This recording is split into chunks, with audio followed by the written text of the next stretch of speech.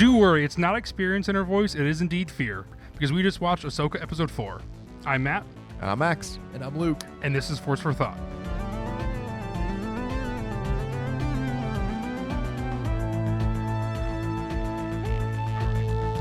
Hello and welcome back, everybody. We just watched Ahsoka Episode 4, which I think we all unequivocally think is the best episode thus far. But before we dive in, as a precursor for the Force for Thought later, or we're going to kind of nix that segment because I gave Luke Taylor a gift today, and we figured I'd just get it up top. It's a Kit Fisto mask, and it's life-size, but it's massive, and it's too big for my head, and I love it. It's oversized, and it's lifelike. 2002 first Kit Fisto design. It's so cool. It is life-size to Kit Fisto. It's huge. He is the only one that could wear this mask. Yes, because it is ginormous. And Luke is very excited about it, which I'm very excited about. Well, we had to mention it because Luke said he will be talking about it through this episode specifically, so we wanted to mention it up top. Luke, anything else that you want to say about it? We specifically record these episodes immediately after watching Ahsoka, and Ahsoka could not be further from my mind right now. I am going to be so scattered this entire episode because it is the second coolest thing that has happened to me in the last 25 minutes now. That is very exciting as a friend and very nerve-wracking as a fellow podcast, like as a co-host. I'll plug our Instagram real quick and say go follow us on Instagram. I will be posting some pictures and a video of Luke opening the mask, and you can see exactly what it looks like in all of its horrifying glory. I was really hoping that was have something to do with the Kit Fisto mask, because I was going to be like, I don't think right now is the time for a plug. We're already off track. Max, we're talking about the mask. Let's stay on topic. Yes. Speaking of staying on topic, let's stay on topic. This episode... Yes, check out our TikTok. This episode absolutely ruled.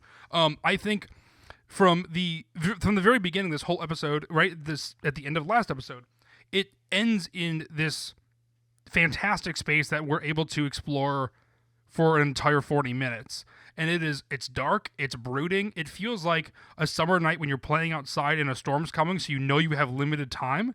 It feels anxiety-inducing. I mean, you have the red trees, you have this scary scenario, you have this life-altering scenario about to happen, all with these gray skies, and the sun is kind of like setting. It is such a great setting for this. Do you guys have anything off the top of your head? Again, the setting just stuck out to me as a backdrop to this fantastic episode. I think as we've been going, we have been ranking the episode off the top, and it doesn't really mean anything because all of the other episodes we've already said are a 10 out of 10, so it's not going to come as any surprise that this is actually a 10 out of 10. But it is better than the other ones. They cranked it to 11. Yes, it is the best episode so far. I wish I had rated all the other ones 9 so that I can give this one a 10.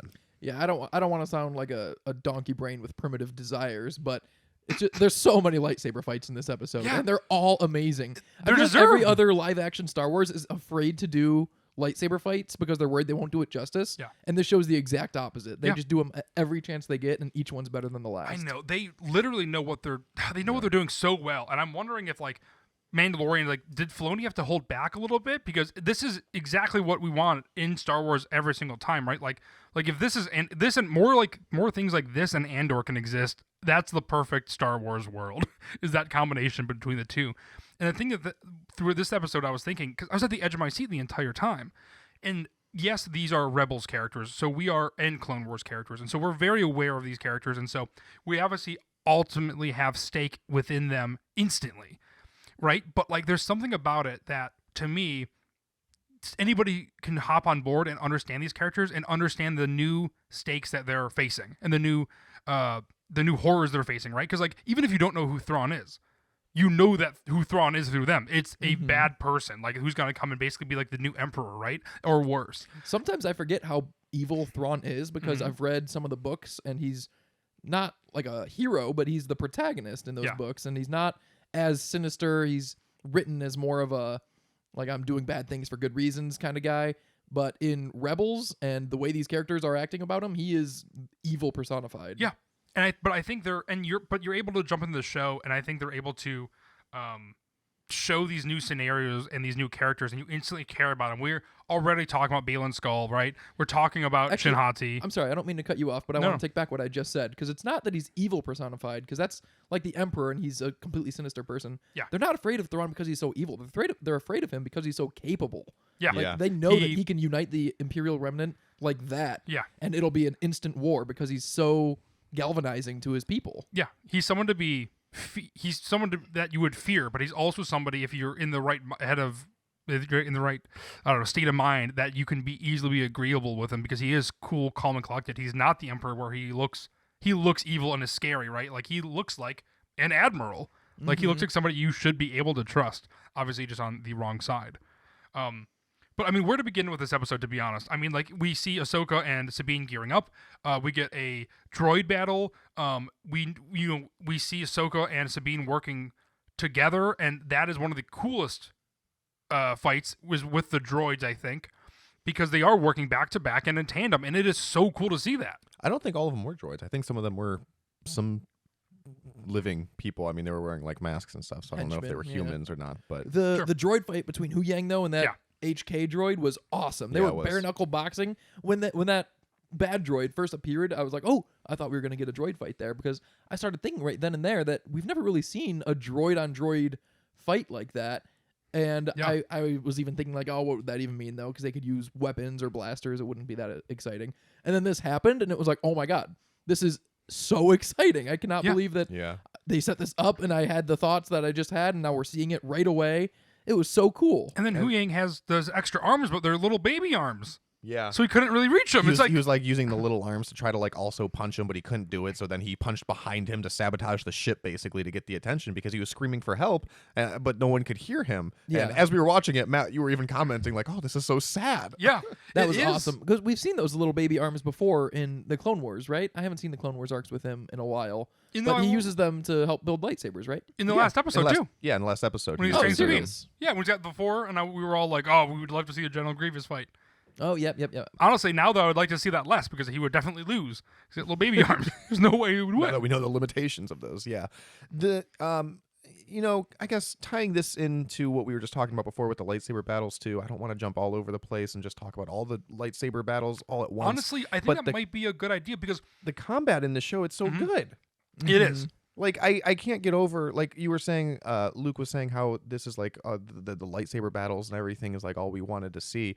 And as you were saying that, I was like, well, I did like the lightsaber battles in Yeah. Obi-Wan Kenobi, specifically the Darth Vader and Reva showdown and the Obi-Wan and Darth Vader showdown. But those were really the only two lightsaber battles in that entire show. And they were saved till the end because they Yeah. were kind of like the big finales, right?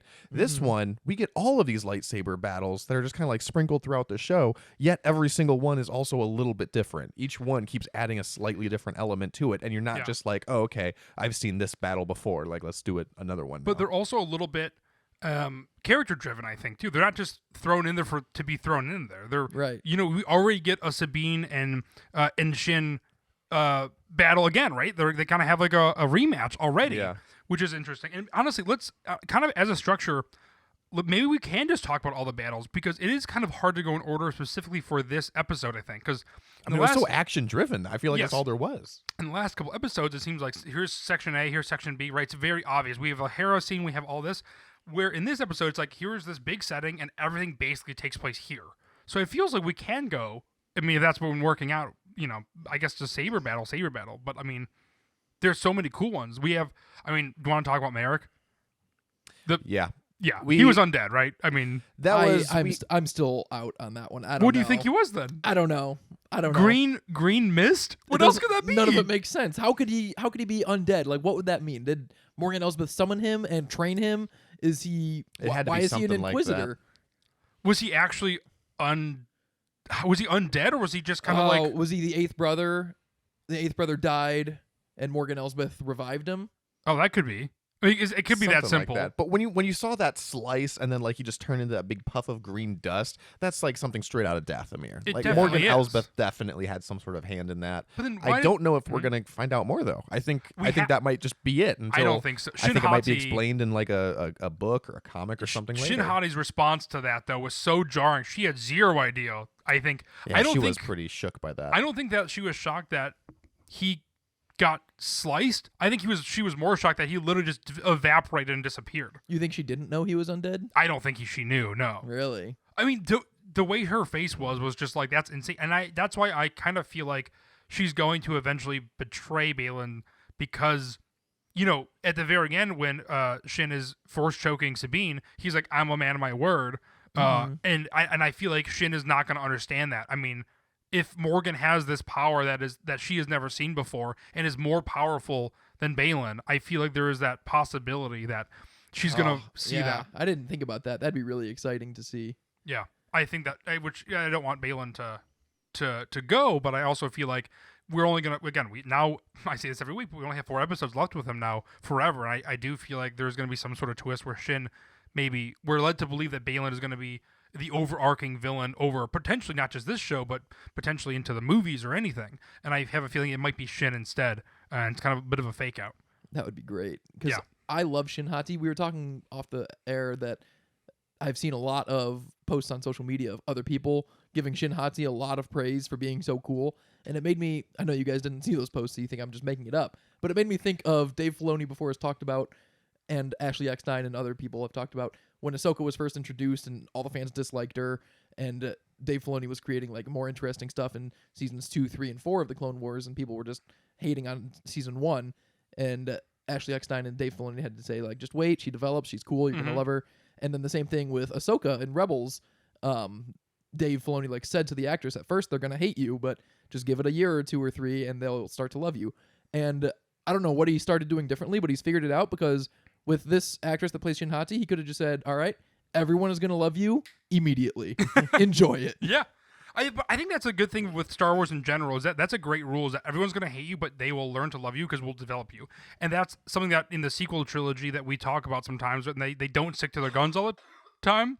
And I feel like if they did, they just developed Rose a little bit more, I feel like people would have came around to her instantly, because that's just how characters work. Yeah. You can't, same thing with Reva. It's like, just give it a little bit of time. I mean, I know, Reva's maybe not the best character of all time, but like Yeah, no, that's fair. We've talked about that. I did not like Reva's character at all, but I said I'm not ruling out seeing her again. because she's changing. I would like to spend more time with her, get to know her motivations and character a little bit more, especially now that she's presumably a light side user again. So, yeah, no, flesh that out. I 100% agree with that. And I look forward to seeing which of these characters survive past season 1 of Ahsoka to continue their stories. Maybe Reva was Marok.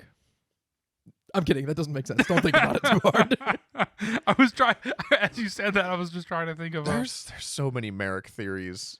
I hope they start calming down now after this episode. But there's so many Merrick theories that I keep seeing online where I'm just like, I don't have time to explain to you how wrong that is. Like, there's absolutely no way that this is going to be Kanan Jarrus. I'm sorry. No, that's a theory. Everyone was a theory. Seen everything, and I am now more convinced than ever, after you said it just a few minutes ago, that it was just the 8th brother reanimated after he died by Morgan Elsbeth. Correct. But why is the 8th brother named Merrick? And so is Starkiller also just like, why name the character the same name? Something similar as but Galen just Merrick. but just spell it differently. Like, I know the spelling's differently, but like, come on, it's a little weird. I've been wanting to say this for weeks. Marok and Merrick are not that similar. I mean, they're similar, but it's not the same. It sounds like if you're from Cleveland, though, or you're from New Jersey, you would say it differently. Give me a couple minutes and I'll circle back to this, but there's a lot of examples like that in Star Wars where there's just 2 characters who happen to be named something very similar. Oh, Yes. Man, I really want to circle back to that right now, so you could really I think. If you put me on the spot like that, I'm not going to be able to think of that name. So something else, I guess, getting away from the lightsaber battles a little bit, just because I think it's so well. At first, I was like, man, this is the first episode where I noticed some dialogue things I didn't love. But then I was like, at the end of it, I was like, oh no, it just parallels it so perfectly. Specifically when Ahsoka asks Sabine if she can trust her, and she's like, I can. You can. It's like, oh, that's so heartbreaking, because she literally couldn't. Because at the end, she didn't shoot the transporter device, right? And then the map. Ahsoka maybe is dead, which we should get to in a little bit, because that's a huge topic by itself. But the dialogue that I was thinking was, she says she knows how much Ezra means to her, to Sabine. I was like, what? And after she finds like her ear device or whatever. Yeah. And I was like, that's the perfect way to start that scene. But instead, she says, Are you worried? It says, should I be? What? Worried? Nope. I was like, that's a weird. Is that what the dialogue was? Yes. And it's a little it does weird. sound weird the way you're reading it. I didn't notice anything that took me out of it in the moment, but that does sound odd. It was a little odd, but at the end of it, I do think it's okay, because That was, again, thought it was going to be like more Mandalorian-y when I was like, that does feel weird. But I feel like it does make a lot of sense for that awkward pause to get to the I know how much Ezra means to you, meaning this. I guess it's kind of like, not inside baseball, but like it's such a minimal thing, but it actually makes sense. I think structure-wise, if you're writing it, to be like, oh, she's finally arriving at the point, which is she knows how much Ezra means to her, which means all this awkwardness is just because she's thinking about Ezra the entire time, and the fact that she says, I fear we may have to face a difficult choice. And then Ahsoka says, we may already have faced it. I thought that was great writing. Yes, that was fantastic. Exactly. And that's why I feel like they're kind of circling around this entire time. And then she finally just kind of comes out and says it. And I feel like, so I backtrack on that wasn't as clunky writing as I thought, because I was like, oh no, it actually, every little dialogue thing has purpose, and I think it's meant to build tension and meant to build this awkwardness, and for them not to get to the point, because much like Max and I, we're both very passive people, so Ahsoka finally got to the point, unlike either of us would do. But man, what a heartbreaking thing! Like, we see them work as a duo. We see them. And she had to have sensed. I mean, obviously, she sensed something in her because she knew that was going to come, right? Yeah. Wait, Ahsoka? Yeah.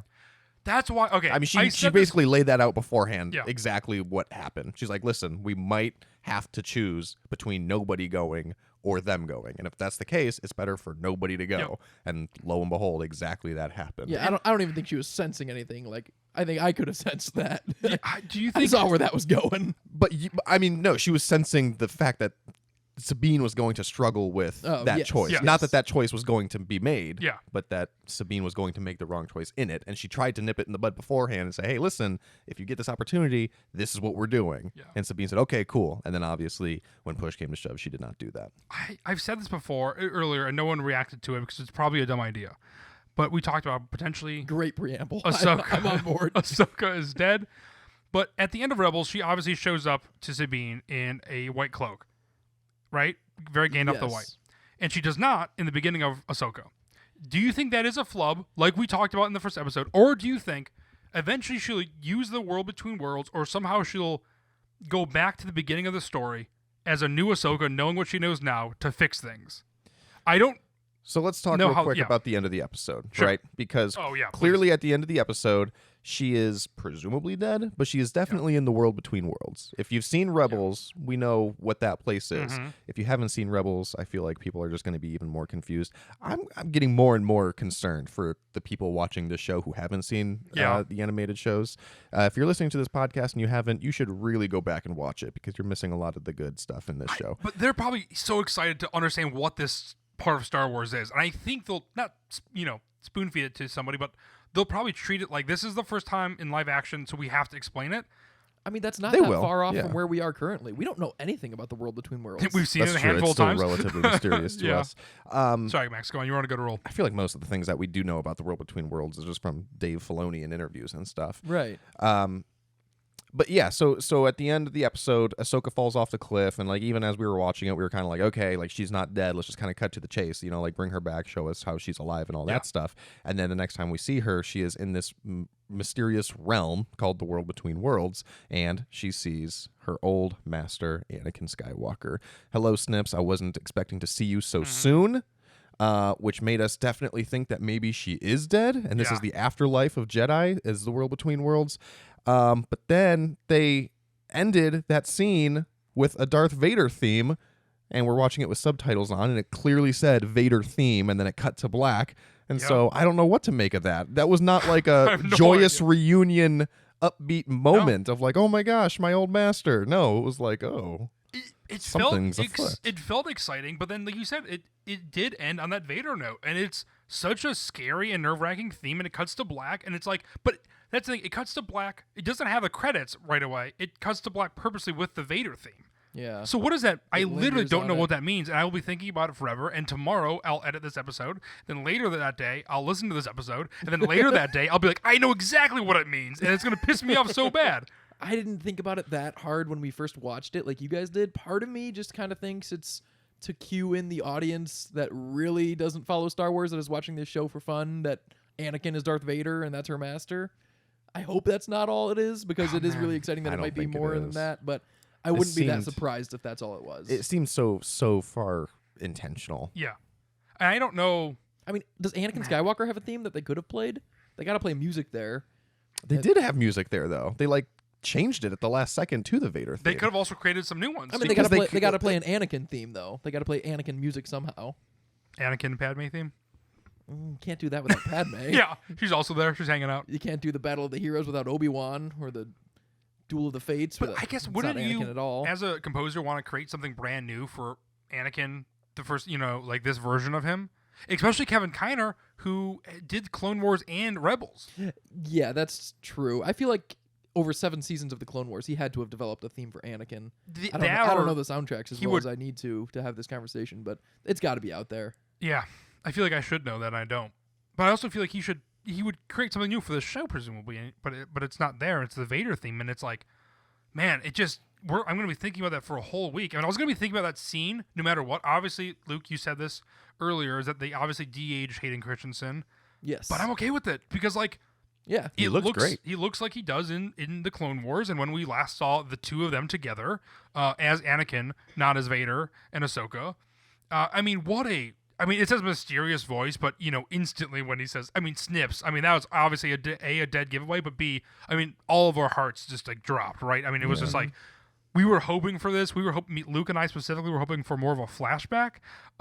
Obviously, with that being said, it's going to be integral to the story now, and I'm very excited to see where it goes and to see more. So Hayden where can it Christensen. go? Because we're there, right? We're in the World Between Worlds. All of the speculation leading up to the Ahsoka show was that the World Between Worlds was going to be incorporated at some point somehow. And you guys convinced me just last week that it wouldn't be, that the logo, the art design was just for the star map and not for the World Between Worlds. Because it is the star map. I look as so well. stupid now. It's on the internet. It's going to be out there forever. But we're there, and literally anything can happen at this point. So I kept saying one of my theories was that Ezra is dead, and Ahsoka is going to have to go into the World Between Worlds to save Ezra, just as Ezra went into the World Between Worlds to save Ahsoka. But now Ahsoka is already there. So, and like Matt was saying, I'll let you get to your theory now. Wait, did I say my theory already? About her coming back in that last scene in Rebels. Yeah, in do her you white think garb she's going to be able to go back into the past and arrive to get Sabine, but as a new informed Ahsoka to kind of fix the wrongdoings that go before? Maybe even understand her wrongdoings, Ahsoka's wrongdoings, by not training Sabine, which then ultimately led to her, not trusting and wanting to find Ezra. I do not think so. No? I have talked before. Sure. I hope I talked on the podcast. I guess I don't remember about how that scene, Ahsoka's not wearing white, and I thought she should have been because she was in the Rebels epilogue. And yes, that was a 1-to-1 shot recreation from the Rebels epilogue. Yeah. And Ahsoka's just wearing a completely different outfit, and it seemed like an unforced error. But it obviously wasn't just an unforced error. Dave Filoni thought about it, or the creators at B, and they chose not to have Ahsoka in the white. I think because when they originally made the Rebels epilogue, it was to be that scene with Ahsoka and Sabine was going to be after a big Ahsoka story arc and character change. But now that they're doing an Ahsoka story, an Ahsoka TV show, it makes more sense to have that character arc and character change come through the show, but they still want Sabine to be a part of it. So they just make that one little change, and Ahsoka will become the white-garbed, new age Ahsoka at the end of this series. I don't think that she'll World Between Worlds time travel back to that point, because Dave Filoni has said before that the World Between Worlds isn't about time travel. But if you really want it to be about time travel, it's at least closed loop time travel, meaning like in Rebels when Ahsoka, or when Ezra saves Ahsoka from Malachor in the World Between Worlds, Ahsoka in her timeline gets pulled into the World Between Worlds and then gets dropped back into her timeline where she was. So as far as she is concerned, she did not go forward or backward in time. She just experienced a different world between worlds, essentially. She never time traveled, per se. That's true. The way I think it's going to be incorporated in this show is I think Ahsoka is going to either join Ezra in the other galaxy or save Ezra from the other galaxy when Sabine and all the bad guys go to the other galaxy to get Thrawn. I think for one reason or another, Ezra will not be there or will not be able to come back with them, and Ahsoka will save him.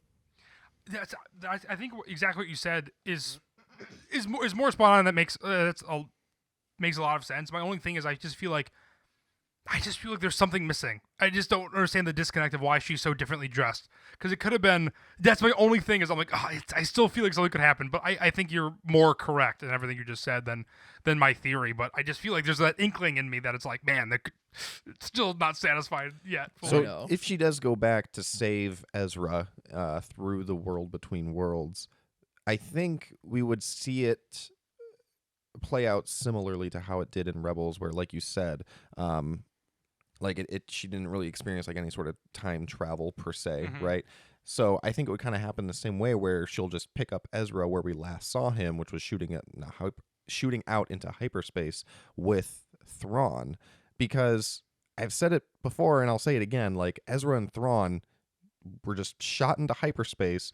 And then what happened after that? Like the two of them did not just like buddy up and just said like, okay, well, we're stranded together, so we might as well, you know, get along and figure out how to cohabitate. That makes so much sense. That she yoinks him right when the Purrgil take the Chimera at the end of Rebels. Yeah.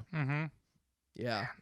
But then I guess that introduces so maybe the same question. maybe that'll happen in the next episode. Maybe next episode, because the Eye of Sion obviously just shot into hyperspace into this other galaxy with Morgan Elsbeth, Baylan Skoll, Shin Hati, and Sabine. Maybe the four of them are going to get there, find Thrawn, and Ezra's not going to be there. Oh, man. And Sabine's going to be crushed. She's going to feel like she just ruined everything because she did all this for nothing. Ezra's already dead, only to find out that the only reason Ezra isn't there is because Ahsoka has already saved him in the world between worlds. I think these ideas are fire. I think for rewatchability of our podcast, it's not going to be good because we're either going to be right on the money or completely inaccurate. But right now, in this exact moment, these are such tantalizing ideas. Yeah. I mean, we also, next week, another episode directed by Dave Filoni, as we've been talking about, which means it has to be the live-action debut of Thrawn and presumably Ezra. I don't think it has to be Thrawn as much as you do. I do think it has to be the live-action debut of Ezra. Interesting. I think it'll be Thrawn. It's going to be both. I think it will be, but I didn't think 4 weeks ago that episode 5 would be Thrawn's first appearance because it's a Filoni episode, but I did think it would be Ezra's first appearance. Just from like a storytelling perspective, though, I feel like you're going to get Ezra and a Thrawn at the same time. Yes, and I think it's going to be next episode. Yeah. But from a meta perspective, though, like we talked about before, next episode, episode 5, is the second to longest episode, and it is the only other episode that is directed by Dave Filoni. So we know it's going to be a very significant episode for some reason. In interviews leading up to Ahsoka, Dave Filoni has talked about how it was weird, like finally getting to write the script for these scenes that he's kind of like played out in his head a million different ways for years. And we don't know what that is. If it's Sabine seeing Ezra, Ahsoka saving Ezra, Ahsoka talking to Anakin. There's a lot that can happen in the next episode, but we know that Dave Filoni has been thinking about something in this next episode for a very long time. Part of me just thinks that he wanted to direct the World Between Worlds episode because he's the only one that understands it. And if he, no matter how uniquely and specifically he wrote it, that the director would just screw it up. And so he's like, I have to do this one. Because like we've talked before about how George Lucas understands Star Wars better than anyone else could because he created it and whatever he thinks is. And then he taught Dave Filoni somehow. And now Dave Filoni has these unbelievable writing powers that because he was informed by George, that he is now the arbiter of all that is true in Star Wars and the best lore and stuff. And as much as I would love to be a part of that club, I'm not, and I don't know if anyone else is in the entire world. And so I also don't trust anyone else to handle the World Between Worlds because, like Dave Filoni said before in interviews, it's not about time travel. It's not about space travel. It's about a Force nexus that you can experience things through the Force, and time and space isn't a factor because it's a World Between Worlds. Yeah, he's made that very clear in interviews. He's like, it is not about time travel. Yeah. But then you watch it and you're like, but it could be about time travel. Like there's an obvious connection there as to how this could work with time travel. From a certain point of but view. You're right. I think Dave Filoni realizes that this could be abused by somebody else to just be like a cheap time traveling trick, and he did not want that to happen. So yeah, maybe he's just being protective over it, and he's like, I don't want you to touch that. Dave Filoni is the Oppenheimer of the Star Wars universe, but he's doing it right, where he introduces this nuclear bomb, and he's like, but I'm going to hold on to it because you'll just ruin it. Yeah, he doesn't give it to the government. Smart. Man, yeah. Oh, man, this show is so great. I mean, how about Hera's storyline? It's very brief. She Does she put her son in danger? Absolutely. But Yeah, she doesn't want questionable parenting She decision. doesn't leave him behind, I guess, which is also probably good. No, I think leaving him behind was absolutely the right call. In Star Wars, you never know when you're going to be back there next. It's I mean, we did get one of my favorite moments though, because in the last episode we talked about that little brief interaction with Jason Syndulla saying, "I want to be a Jedi," and then his mom said, "I know," and we're like, "Oh, what does that mean? What's going to happen with him?" And then very clearly in this episode there was that moment with him right after the Eye of Sion shot into hyperspace, and he said, "Mom, what did he say? He said, I have a bad feeling." Yeah. Oh Because it's such, no! I mean, it's good because it's a great Star Wars callback and reference. It's great because he senses something as presumably a young Jedi. Like He senses something's it works coming. on like a lot of different levels. Things I are felt like. happening. And it was like latent force abilities. Yeah. it was like a fun fan service moment while also being. They've obviously said I've got a bad feeling about this a million times in any other Star Wars IP to reference that. Yeah. And it's usually as a joke. This time it was not a joke. Right. It Sometimes felt, it informs the character also. Yes, it felt like it Yes. actually had a bit of weight to it, and it actually worked. And It had weight to it for the plot, for the character, Yes. as well as fan service. Yes. It was it did that exactly correctly. It was so good. It wasn't just played off as a little joke, which I feel like not that there's anything wrong with that. And like as somebody that's like fairly jokey, and by fairly jokey I mean very jokey, I also do I think know when I'm watching something when to play it straight, right, and when to do something that betters the story versus like what I would want to see for humor. And I think that is very much done very correctly. And I mean, we get Carson, but we don't get any Zeb, which is not a bummer. But I feel like that was the point for Zeb. If we were going to get him at some point, it was there. Yeah, we last saw him with Carson in an X-wing flight suit. I mean, it did feel like that was going to be the moment. Yeah, it felt like it was going to be, which is now I'm wondering if he is.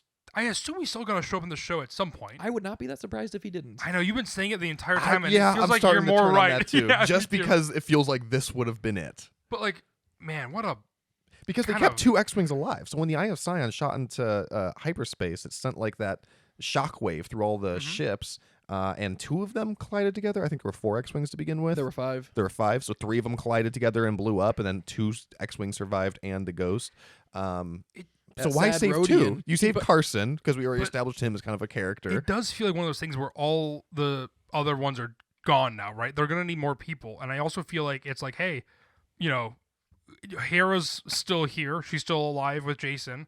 Presumably, she's gonna have to contact Zeb to be like, hey, it's kind of one of those things like in a horror movie where like it's happening again. It's like we have to get the Yeah. band back together because like Ahsoka is missing, Sabine is missing, Well, let's think about Ezra this. has been missing. We haven't talked about in a while, and I haven't even thought about in a while, but I still think Captain Rex is going to be in this show. Same, yeah. Oh, but so yes, you're okay. So like, Hera or not, Zeb and Rex have to come together, right? Yeah, I would think so, because that's also more baggage for a show that's already very difficult for someone that hasn't seen the animated series to digest.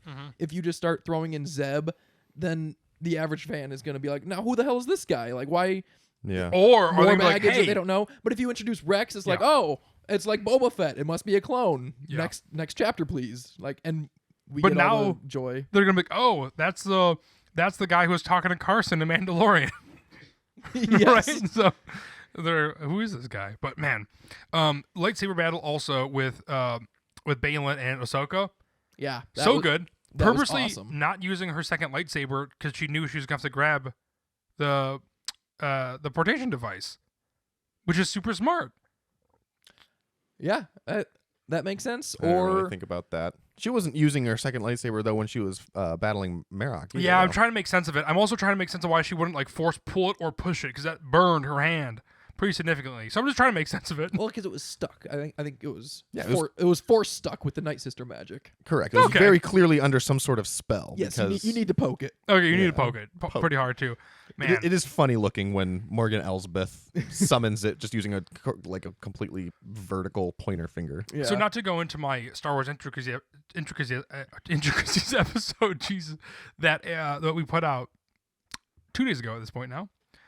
1 day ago at this point. 1 day ago, it came out today, which is Tuesday. But Ahsoka burned her hand. If she died, now she's a Force ghost. She doesn't have to deal with those burns, presumably. Well, Yep. That's an interesting point, because do you think Force Ghost Luke Skywalker has his robotic hand or his, biological interesting. hand? I don't know. Force Ghost Luke Skywalker is in The Rise of Skywalker. If we Yeah. pulled it up right now, which one do you think he's going to have? Do you know the answer to this? I do. I think it's the mechanical hand. Max? It's got to be a biological hand, because doesn't Anakin Skywalker have biological limbs at the end of Return of the Jedi? In The Rise of Yeah. Skywalker, every single scene with Force Ghost Luke Skywalker, he's got his hand in his pocket. His right hand. The one that was You're severed. kidding. So Yep. they just didn't want to deal with They it. did not. They chose to not deal with That it. is hilarious. How can we not stir up And now controversy? that I've shown that, now that I've told you that, it is so obvious when you rewatch it. That's so Luke. It that looks blew my awful. mind. am I mean- wrong though about Anakin Skywalker at the end of Return of the Jedi? Do you see his hands? I don't know. I can't picture his hands. I want to say you do see his hands, like the updated versions with Hayden Christensen. Or even the older version. No, I don't know why I think I know more. Clearly, this was the conversation they had No. at Lucasfilm during all of Episode 9, and I they were don't- like, just put it in his pocket. I don't think you do see his hands. I think his robes are covering them. I don't think you see his hands either. Man, we're just uncovering a whole But I mean, his face isn't horribly scarred and burned anymore either, though. Although, and he's also younger. I don't know if this was a theory or if it was an interview or something. Somebody said, like, oh, when you become a Force Ghost, you, like, revert to the last moment of, like, being a Jedi. So, like, that was, like, the last time that Anakin was, like, part of the light. Because, like, becoming a Force Jedi, or becoming a Force Ghost, you return to the light, so you revert back to your What if stage when you're you were in the light. Cut in half. Does that count? You'd be a Force Ghost half. Yeah. That'd be pretty lame. Interesting. Something to think about. Let us know if It's you never come up. let us know if you know anything more about it.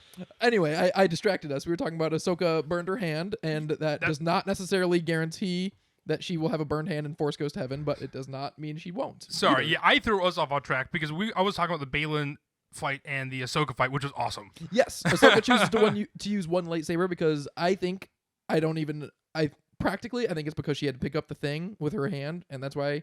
But I like to think it's because Balin Skull uses a very aggressive, powerful Yes. lightsaber fighting technique, and Ahsoka chose to use one lightsaber for Mm-hmm. the added strength and stability as opposed to two because the speed would not have helped her as much as the strength that she needed. Which she does makes do that sense. with her saber too at the end, which is with the scene we're watching. It's paused on the screen. She's using the Force to push back the saber.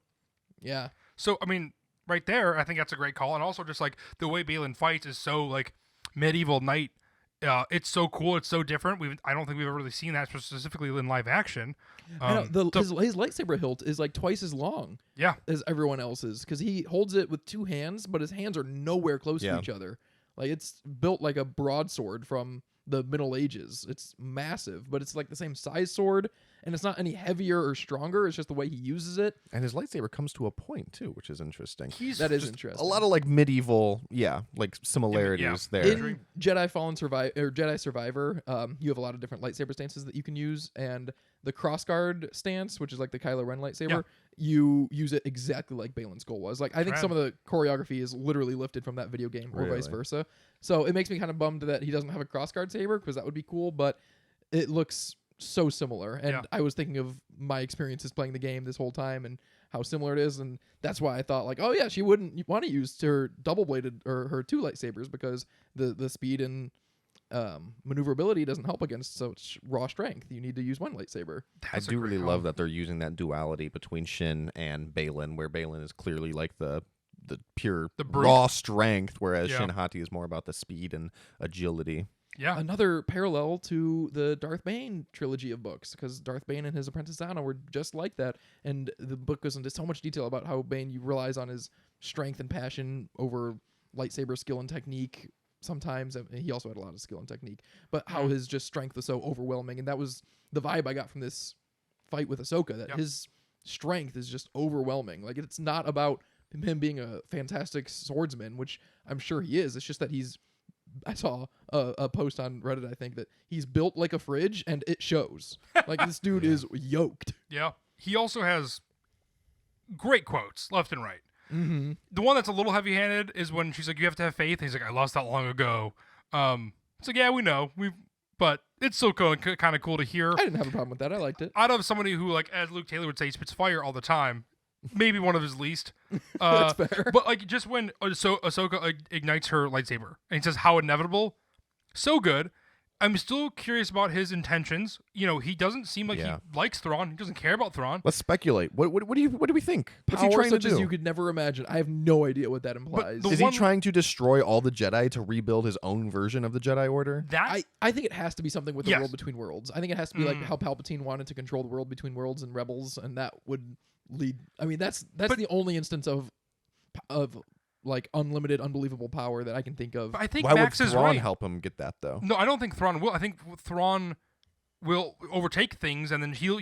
Like, I think you're right, Max. I think he's able then to insert order in an orderless world, and that's why Shin Hati has the Padawan braid then. Because I think you're right. Why else would she have that? It's like I don't think Balin cares about Thrawn at all. I agree. I think it's all about something with the Purgil or this other galaxy or the world between worlds, or because there's also a theory that the original portal to the world between worlds that was on Lothal from the Jedi Temple with the Mortis gods, that was being transported away on the Chimera, on Thrawn's flagship, and it's now in Thrawn's Star Destroyer in this other galaxy, so that might be what he's looking for.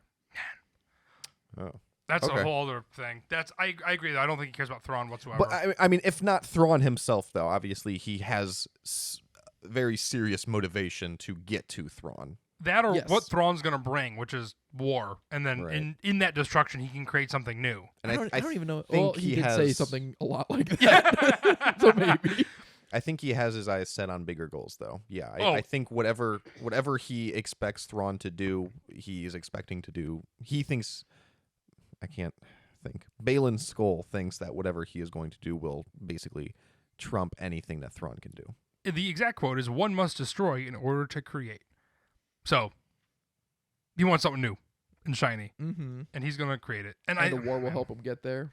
He's just so good. The show is so great. And then we also have Hayden Christensen, which is just like, I'm so excited about, but like I'm still thinking about I should be thinking about Hayden Christensen this entire episode, but yet I'm thinking about Shin Hati and I'm thinking about I know. Balin Skull, and it's like The Kit Fisto mask? and Same. I was gonna joke and say the Kid Fisto mask, but I was like, you know what? I called out that I'm too jokey. And I'm not gonna try not to do it this episode.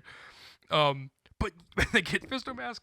But yeah, I mean, like, I mean, we also haven't talked fully about Sabine fully kind of training on Ahsoka, and she wants to see Ezra. She wants to go and figure that out, and she. Yeah, how's that going to impact their relationship? That's it. I mean, Does I don't know. Sabine- She might be dead. Did Sabine see Ahsoka get thrown off the cliff? Yeah. I can't remember. So Yeah. she thinks Ahsoka's dead. I'd probably go find Ezra also. I mean, Sabine has no family, and then Ahsoka comes back. She kind of has a master, but she doesn't like her because she Yeah. boofed the map already once. And now, And you Ahsoka's you hate dead. to see it, but Balin Skull was making a lot of sense. mm-hmm. Sometimes villains do make sense every now and then. Where's it going? So, if Ahsoka, I have so many thoughts. I Right know. now. I mean, Because Ahsoka's not dead for good, right? No. I mean, I mean, she's it's her obviously show. going to come back at some point somehow. But I'm very curious as to see what that relationship is going to be like, how that's going to be affected with Sabine making The this world choice. between worlds is not Force Ghost Heaven. It's not an afterlife. If anything, We've I think never been led to believe that. no, I think maybe there's a portal to the world between worlds on Cetos near this sure.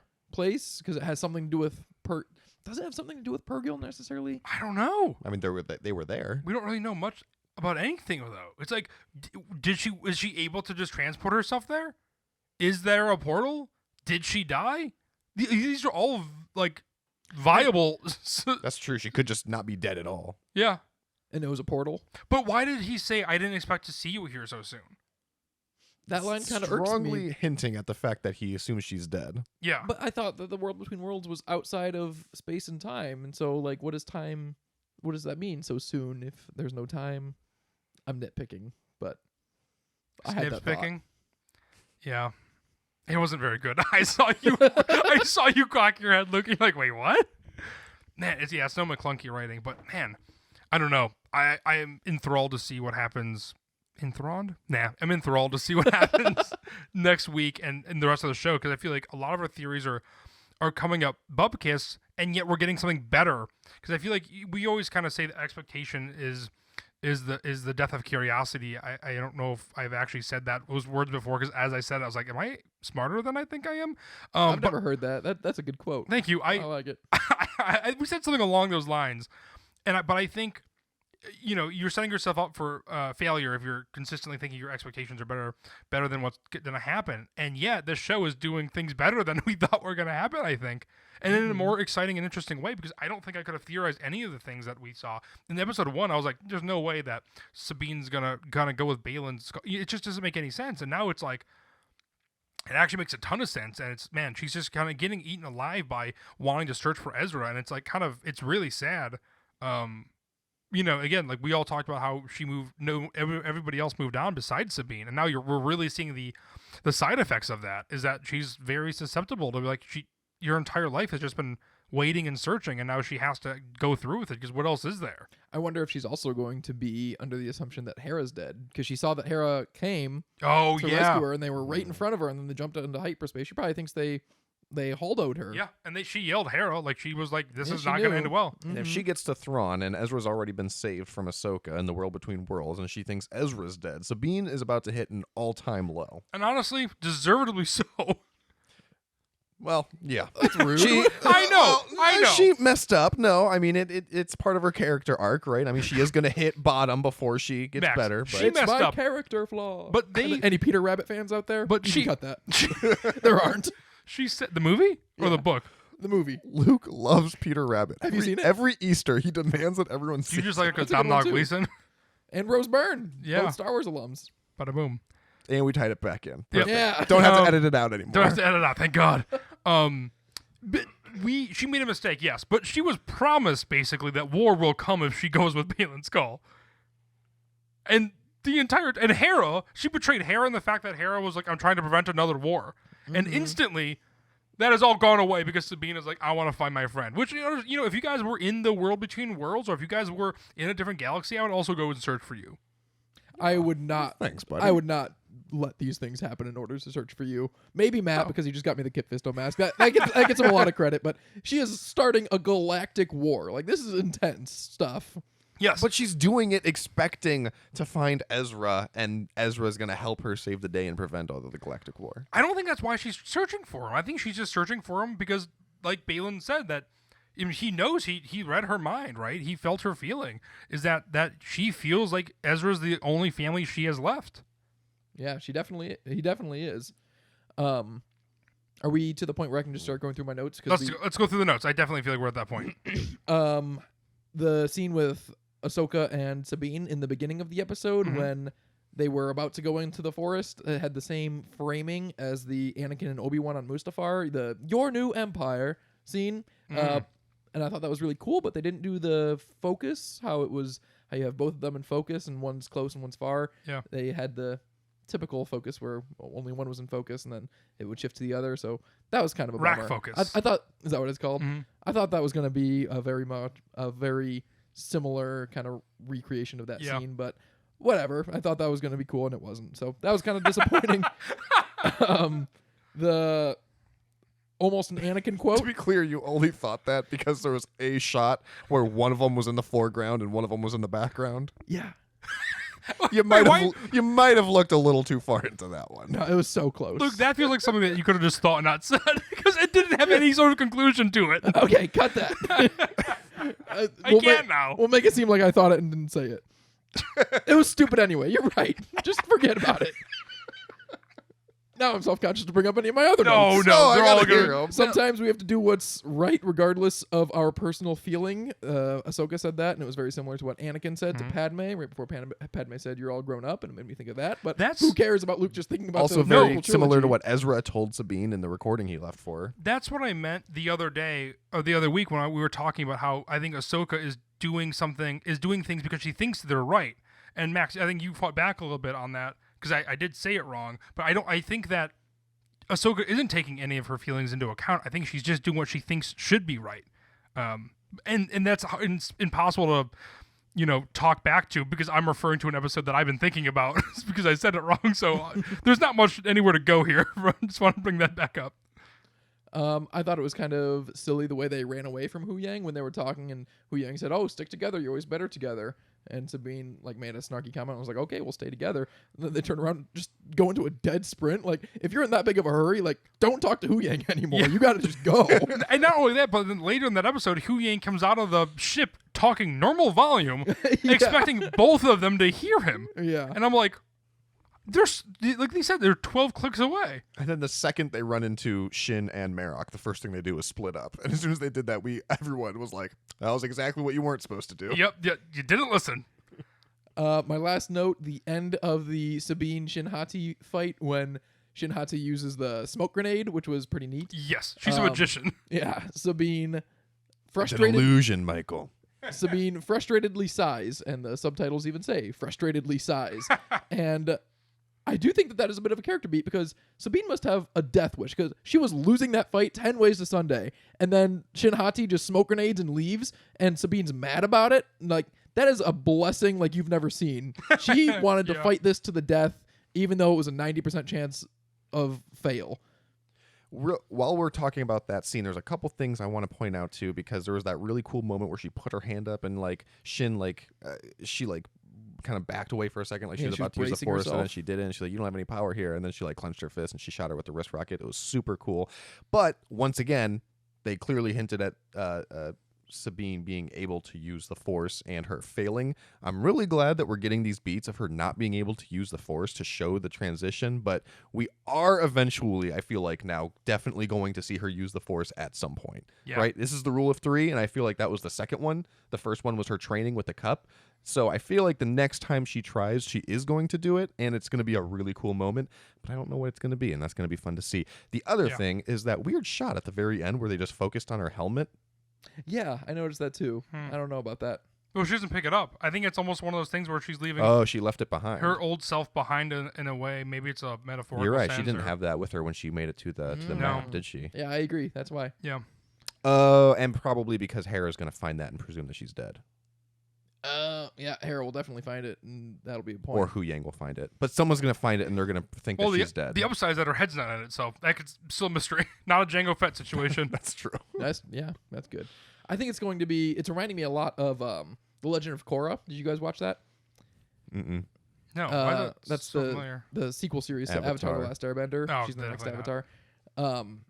She can bend 3 of the 4 elements, and she has to learn air, and she can't. And it's like a story beat that she can't learn how to airbend, and then they save it for the very end when it's like the most important point to airbend. And I think something cool is gonna be like that. Yeah, I agree. It doesn't really land if you guys haven't seen The Legend of Korra, because it's like she loses all of her other bending, so she has to airbend, and it's really cool. And I think it might be something similar to that. Like, no one else can use the Force because, oh man, maybe they'll bring back the I'm not gonna pull this name. I'm gonna say Mirakar right now because I can't think of what it actually is. But in the Thrawn books in Legends, there are little cat-like animals that are Force nullifiers. They Interesting. they make a little bubble where you can't use the Force in or around it. And Thrawn would always walk around with like 2 or 3. And maybe they'll bring those back, and Sabine will do something with the Force for the first time around that when Ezra and Ahsoka can't. That'd be cool. It would make sense, too, because Thrawn is very much a studious tactician. Like, I feel like he spends all of his time studying, and that's why he is so good at like strategizing all these different plans and stuff. And obviously at the end of Rebels, he was foisted, and it was because of the Force, and it was because of Ezra's connection with the Purrgil. And so I feel like whatever Thrawn is doing in exile, it is going to have to do with the Force and Thrawn studying it so that he can't be beat by it again. So that would make sense if they introduce some sort of animal like that to kind of negate any sort of abilities in the future. It's called the Isalamir, which I was not close at all. Haven't read the books in many years, but that is definitely what I was thinking. And George Lucas has said before that he didn't like the existence of that because the Force is in all living things, and he thought it was kind of antithetical to what the Force is. Yeah, And it's maybe Dave Filoni interesting. will work around that by saying like, "Oh, well, George, it's a different galaxy where they come from." That's the whole reason to have a separate galaxy. Max, do you have any notes or other thoughts? I don't have anything additional. No, I think that just about covered it. I feel like this has been a long one, but there was so much that happened, and it was so good. And this is the dumbest note to go out on, but I have the one, which is when Hera says, "You'll think of something" to the guy about the meeting. Oh. And then it lingers on him for just a little bit of trying to think of something.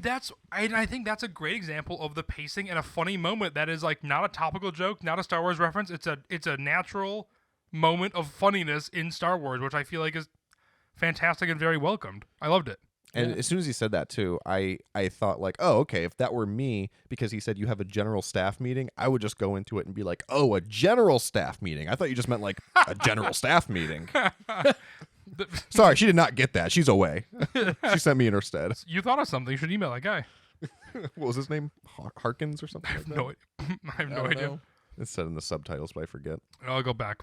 The best mystery of today definitely is that what got that guy's name of everything we talked about. But yeah, that was this episode of Force for Thought, episode 4 of Ahsoka. We all loved it. I guess we can now leave you with what we've recorded first, which is me giving Luke Taylor the Kit Fisto mask. And if you want to see it, again, check us out on Instagram. And you can find us across all the socials at Force for Thought, YouTube, Instagram, TikTok, Twitter. Reach out, check us out. Wherever you're listening to us, make sure you like, subscribe, give a rating, do whatever it is you can, depending wherever you're listening to us. It really helps the podcast go a long way. Yeah. Gosh, this is so exciting that I'm going to be able to re-listen to myself opening the best gift I've ever gotten in my entire life. It's like I can see the happiest I've ever been. Like it's opening the Kit Fisto mask, the birth of my son. Like this In is that so order. cool. Oh, that's all Well, right. and now you will get to listen to it right now. Well, I want to start this episode, but I also do want to give Luke this gift, which I feel like now is not going to be nearly as exciting because we just saw Hayden Christensen in Star Wars again. I don't want to toot my own horn, but I'm a very good gift receiver. Oh, So, good. I am a very bad let's- gift receiver. Really? Yeah. It's one of my strengths. I don't think it's a stupid gift. This is a free tote I got as well. Here we go. This is early. Is the tote part of the gift? No, fuck no. It's early Christmas, late birthday. So he will need the tote back. So, Luke, right before you go, don't look into it. Well, you probably know what it is now. I know you're trying to collect every Kit Fisto thing, and so I found It's a Kit Fisto mask. Oh my goodness, I love it. Oh wow. Now I feel like you're playing it It up. is huge. This is is life massive. size. It's I huge. love it, Matt. It's from 2002. Where did you get this? So I have a Darth Maul mask from The '99. tag is still on it. Yeah, the tag is still on it, and so I was looking these up, and I was like, "Holy shit!" There's a Kit Fisto mask, and I Googled it, and they go for like pretty expensive, and this one was like not inexpensive, but it was not nearly as expensive as the other ones, and so I was like, I have to pull the trigger and get this for Luke because it is incredibly creepy and, Oh my and very gosh, cool. Matt. This That is is- this is literally the best gift I've ever received in my entire life. I know you think I'm overcompensating now because of what I said, but this is literally my favorite thing I've ever been given in my life. why is it so big? That is so It's like they expect someone with dreadlocks to wear it. correct. Put it on, Luke. I could not believe this existed. Like a glove. It probably would fit you, Max. Hey, I hope we have like the same head shape. I am so happy. It is comically large. That was like made It's by huge. Lucas or whomever. It was like licensed. Yeah, Look at as the tag. It has like the Star Wars official tag on toy. it. yeah. It's in the same line as the Darth Maul ones, I believe, which is Actually, look at that tag. It has like that early 2000s branding on it that we were just talking about with the board games Yeah, too. It does. yeah. Dated 2002. Yep. I could not believe that it was in as good of shape as it is. Oh my gosh. Matthew, this is the nicest thing anyone has ever done for me. I love it. Oh, that makes me very happy. This is the perfect Wow. reaction. We were just talking the other day. You said I want to collect every Kit I Fisto do. thing. Was it when I said that I think I have collected every Kit Fisto toy? Because I thought I was done. You were I mean, talking. I haven't looked that specifically, but I definitely have Yeah. like most all of them that I've ever seen. Yeah, literally the day after that conversation, I was just like perusing the internet for some random Star Wars stuff, and I came across this Kit Fisto mask, and I was like, I bet Luke doesn't have this. What would you do if I did have it? I would display it for myself. I actually already have 6 of these. And in fact, I'm the one who sold this to you. I'm trying to sell them off. He's been selling them on eBay for years. Why is it so big? There's like a mouth hole and a nose hole, like it's supposed to be skin tight, but Yeah. it's like there It's was not. inches between the back of the mask and the front of my face. Yeah. Yeah, you could put an exercise ball in that thing. That's the kind of thing that when you're a kid, if you got it, you're like, when I grew up one day, that'll fit. It's never going to fit. No. Like, we're all grown adults, and our heads are stopped growing, I hope. I feel like I could put on one of my helmets and that mask over top of it. I agree. But don't try it, because I think it'll rip. And they're kind of hard to come by, the Kid Fisto masks now. I love it. That makes me very happy. I am so happy. I cannot believe you did this for me. You know that it. is so nice. Look, as big of a Kit Fisto fan as you are, you deserve it. Thank you. You stuck with it the entire time. I do not think your wife is going to like that. I would confirm that probably as well. If I were not also a Kit Fisto fan, it would be very off-putting. Your child is going to scream when he sees It's it. just the right amount of lifelike to play mask. Just enough to freak you out. Yeah. Like, The lips freak me out legitimately. because it's from 2002, so it was the first Kit Fisto design when he was more human looking than fish looking. Yeah. Wow. Thank you so much. Yes. I have the biggest smile on my face. So I'm not even thinking about Ahsoka. See you, Sammy.